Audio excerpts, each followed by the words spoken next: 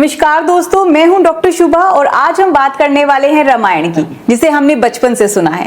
रामायण सिर्फ एक धार्मिक कहानी नहीं है, ये एक लाइफ मैनुअल है जिसे हर मोड़ पर जिंदगी जीने की रियल गाइडेंस मिलती है। चाहे आप स्टूडेंट हो, वर्किंग प्रोफेशनल हो, पेरेंट हो या किसी भी रोल में, रामायण के कैरेक्टर्स और उनके डिसीजन से हमें डेली लाइफ के लिए बहुत पावरफुल लेसन्स मिलते हैं। आज के इस एपिसोड में मैं आपको बताऊंगी practical life lessons from Ramayana, जो आप अपने करियर, रिलेशनशिप, माइंडसेट और इमोशनल बैलेंस में यूज कर सकते हैं।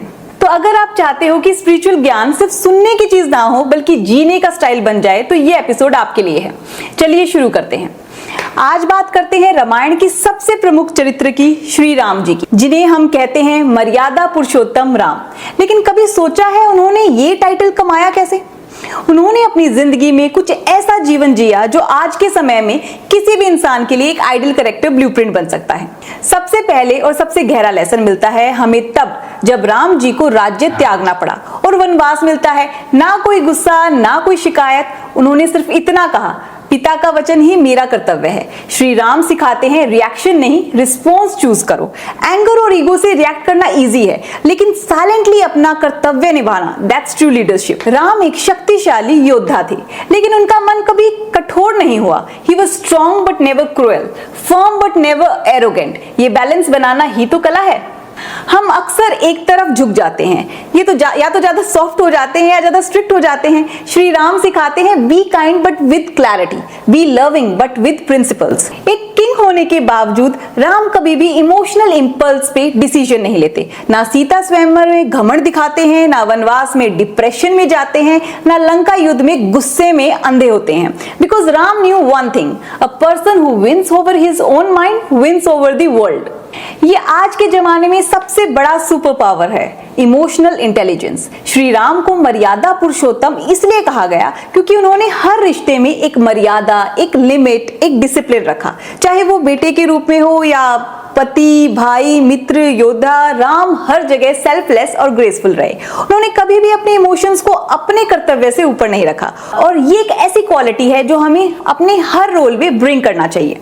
हर रोल का धर्म होता है, और अगर हम उस धर्म को मर्यादा के साथ निभाएं तो जिंदगी में क्लैरिटी भी आती है और पीस भी। अगली बार जब आप किसी टफ डिसीजन या इमोशनल सिचुएशंस में हो तो सोचिए, what would Ram do in my place? आपका आंसर शायद आपको अंदर से हील कर दे। अब हम बात करेंगे एक ऐसे चरित्र की जिसे अक्सर समझा गया कम और जज ज्यादा किया गया, लेकिन जिन्होंने हर कसौटी पर खुद को एक जीवित शक्ति का रूप साबित किया। हम बात कर रहे हैं माँ सीता की। सीता जी एक राजकुमारी थी, रघुकुल की बहू, एक शब्द में कहें तो क्वीन थी। लेकिन जब राम के साथ वनवास जाना पड़ा तो उन्होंने एक बार भी अपने स्टेटस के सहारा नहीं लिया। ना कोई शिकायत, ना कोई ईगो, सिर्फ इतना कहा, जहां राम है वहीं मेरा घर है। वन में रहना सिर्फ सर्वाइवल नहीं था। सीता जी ने जंगल में भी अपने आचरण, व्यवहार और संयम को कभी नहीं छोड़ा। वो चाहे हट में हो या महल में, उन्होंने अपनी ग्रेस, डिसिप्लिन और डिग्निटी को कभी कम नहीं होने दिया। सबसे कठिन क्वेश्चन आया अग्नि परीक्षा का। पूरे समाज के सामने सीता जी को साबित करना था कि वो पवित्र है। उन्होंने अग्नि में प्रवेश किया, ना गुस्से में, ना दुख से, बल्कि अपने स्वाभिमान और शुद्धता के साथ। क्या उनका परीक्षा लेना गलत था? हाँ बिल्कुल, लेकिन उस पल में भी उन्होंने क्रोध की जगह मौन और विद्रोह की जगह आत्मबल चुना। कभी कभी जिंदगी में हमसे वो साबित करने की मांग होती है जो हमें पता होता है कि हम ऑलरेडी हैं। उस वक्त गुस्सा नहीं, इनर शक्ति को यूज करो।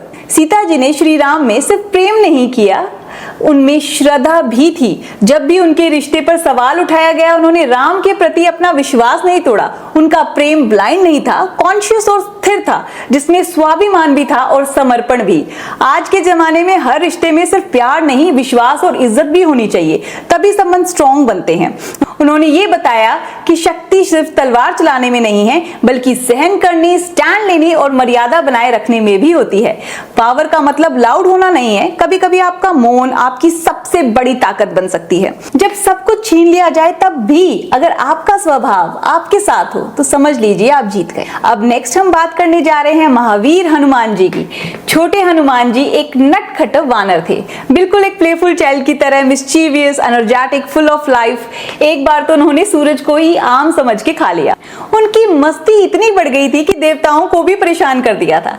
तब उनकी शक्ति को टेम्पररी भूलने का वर दिया गया, क्योंकि उनकी रियल पावर तभी एक्टिवेट होती जब उन्हें कोई याद दिलाता। कभी कभी हम भी लाइफ में अपने अंदर की शक्ति को भूल जाते हैं। जब हनुमान जी के गुरु ने उन्हें याद दिलाया, तुम राम के सेवक हो, तुम में अपार बल है, तब जाके हनुमान जी ने अपनी असली रूप दर्शन किया और बन गए राम भक्ति के महान प्रतीक।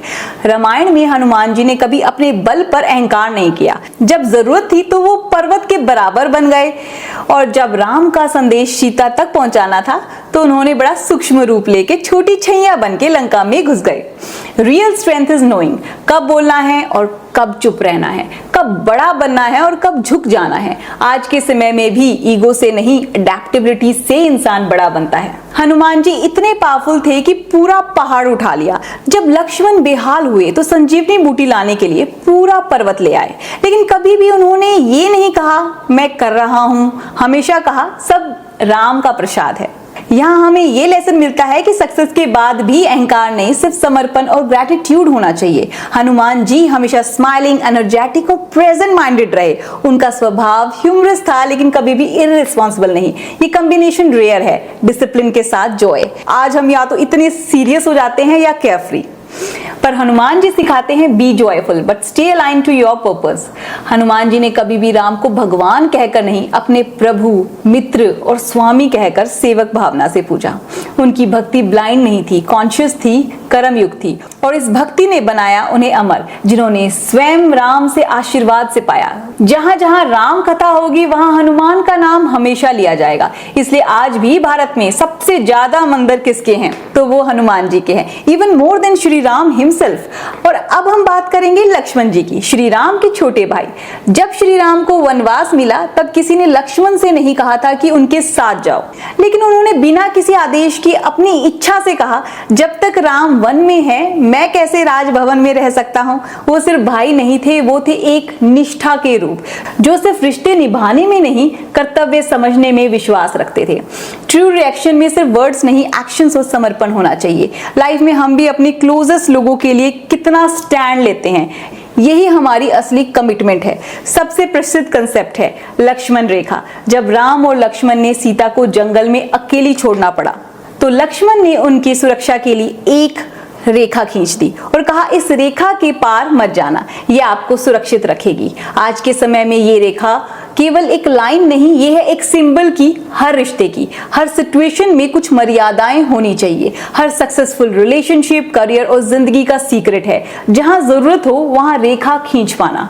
मर्यादा हमें संभालती है, लिमिट नहीं करती। लक्ष्मण ने वनवास के दौरान सिर्फ सेवा नहीं की, वो श्री राम के रक्षक और योद्धा भी बन गए। और जब मेघनाद से युद्ध हुआ तो लक्ष्मण ने एक महान योद्धा की तरह लंका के सेनानियों का सामना किया। कभी कभी ड्यूटी का मतलब ये होता है कि बिना दिखावा किए पूरी जिम्मेदारी उठाना।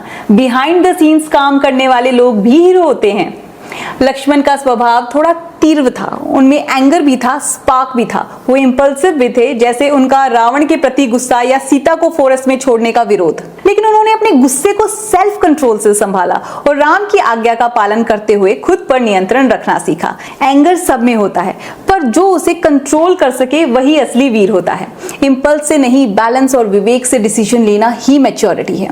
लक्ष्मण हमेशा राम के पीछे चले, उन्होंने कभी स्पॉटलाइट नहीं मांगी। उनकी भक्ति में ईगो की लीशा भी नहीं थी। वो राम की चरण धूल तक को पवित्र समझते थे। उन्होंने सीता माँ को भी सेवा पूरी श्रद्धा से की थी और अपनी ड्यूटीज को कभी छोटा नहीं समझा। जिंदगी में कभी कभी लीडरशिप का मतलब होता है लीड नहीं करना बल्कि सर्व करना। अब हम बात करेंगे एक ऐसे किरदार की जिसके बिना रामायण अधूरा है, रावण। रावण का सबसे बड़ा पाप था सीता माँ का हरण। उसने किसी और की पत्नी को जबरदस्ती उठा लिया और इसने उसका पूरा साम्राज्य खत्म कर दिया। रावण एक महान पंडित था, उसने शिव भक्ति की थी, वेदों का ज्ञान लिया था और इंद्र जैसे देवताओं को हरा दिया था। लेकिन उसका ज्ञान उसकी जिद और लोभ के सामने हार गया।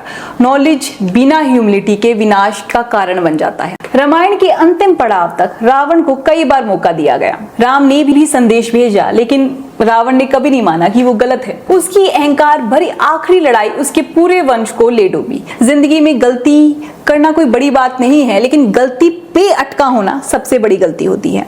You don't lose when you fall, you lose when you refuse to get up with grace. तो दोस्तों, रावण से हमें ये सीखना चाहिए कि ज्ञान के साथ विवेक और विनम्रता रखनी जरूरी है। ईगो कभी भी किसी रिश्ते को नहीं बचा सकता। जब आप गलत हो, मान लेना भी एक जीत होती है। और सबसे जरूरी, पावर बिना करेक्टर के पॉइजन बन जाता है।